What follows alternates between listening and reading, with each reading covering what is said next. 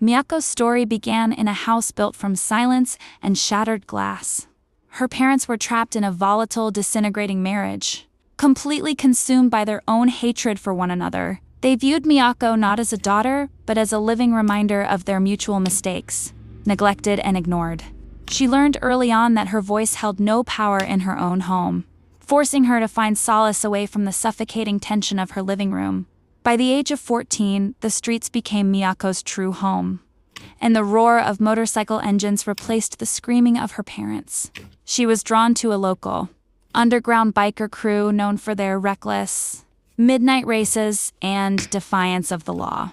In this world of neon lights and heavy leather, she found a sense of identity, dyeing her hair a rebellious rose gold to match her new lifestyle.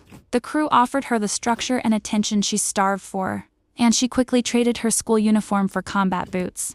Within the crew, Miyako found someone who seemed to truly see her. The charismatic older leader of the bikers.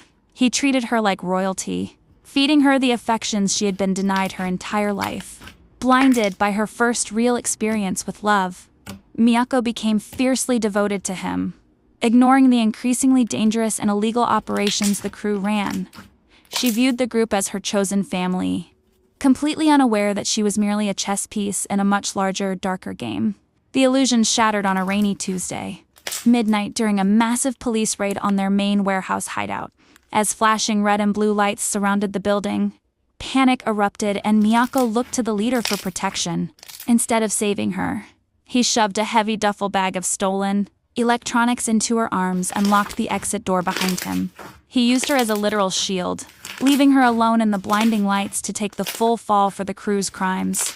The aftermath of the betrayal was a cold, clinical nightmare that permanently fractured Miyako's psyche. Her parents refused to pay her bail or attend her hearings, completely abandoning her to the juvenile justice system. She spent months in a strict rehabilitation facility, diagnosed with multiple trauma-induced disorders, while enduring severe insomnia and terrifying flashbacks. By the time she was released on strict school probation, her ability to trust anyone was entirely dead, replaced by a deep, burning hostility towards society. To satisfy the terms of her legal probation and avoid prison, Miyako was forced to join an after-school extracurricular activity.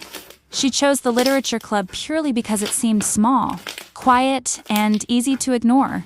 To survive the daily torment of being forced into social situations, she developed a highly flirtatious, bulletproof persona. She learned to use her sharp wit and adressexual charm as a weapon, manipulating others before they could ever get close enough to hurt her.